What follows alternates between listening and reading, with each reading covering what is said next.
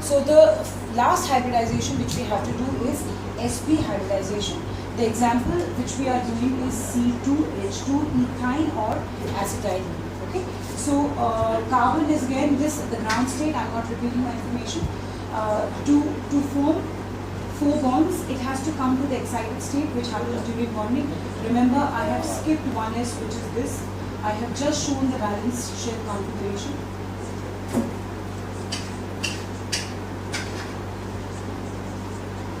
Now, what does sp hybridization mean? There is only one of s and one of p. So s and p. So this is the hybrid orbital, and these are 2 unhybridized orbitals. Unhybridized means they don't mix. So they remain in the pure state. They remain as py, pz. So one of s and one of p combined, they form 2 orbitals, hybrid orbitals, and so the only geometry they can have is this.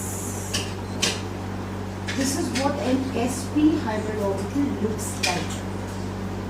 Okay, so this is 50% s character, 50% p character.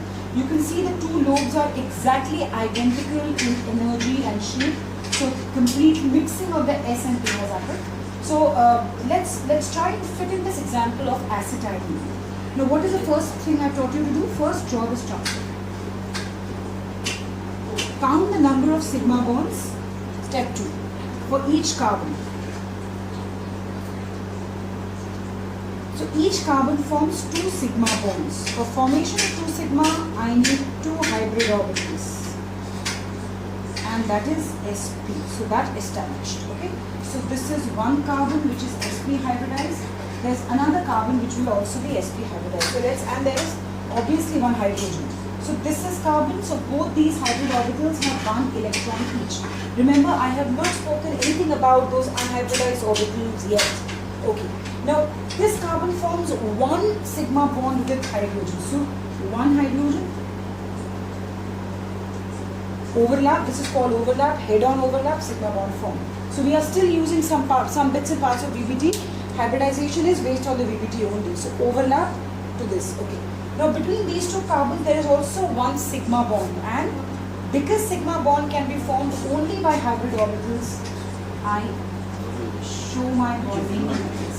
So this is also sp hybridized. This is sp hybridized again. This carbon is also sp hybridized. So I have accounted, and this has a hydrogen and pair group. So I have accounted for all the sigma bonds. So what am I left with? Pi bonds. How many? 2 pi bonds. Now if you check the number of pi bonds, they are exactly equal to the unhybridized p orbitals left. Right? And what is the cause of bonding? The cause of bonding is carbon has not attained its tetravalency, as it's also evident from the existence of these unpaired electrons. Okay, so what is going to happen? So this means both these carbons have these unhybridized orbitals, p orbitals perpendicular to it.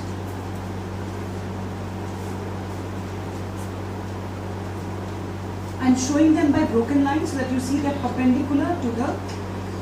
They are 180 degrees. Remember, they have a linear geometry.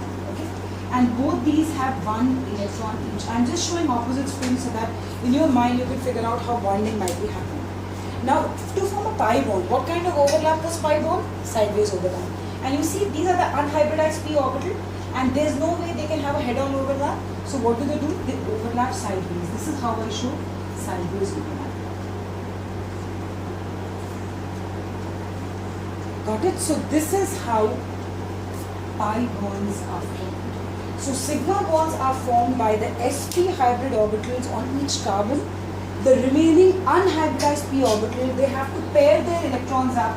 They pair up by a weaker form of overlap, which is a sideways overlap, the sidewise overlap, which you learn for Vesper in the VB theory, to form 2 pi bonds. Okay.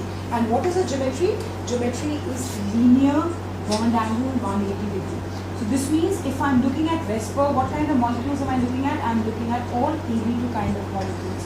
So BeF2, CO2, they all fit into this. So all examples of linear molecules which you had done as a part of the Vesper theory would be sp hybridized.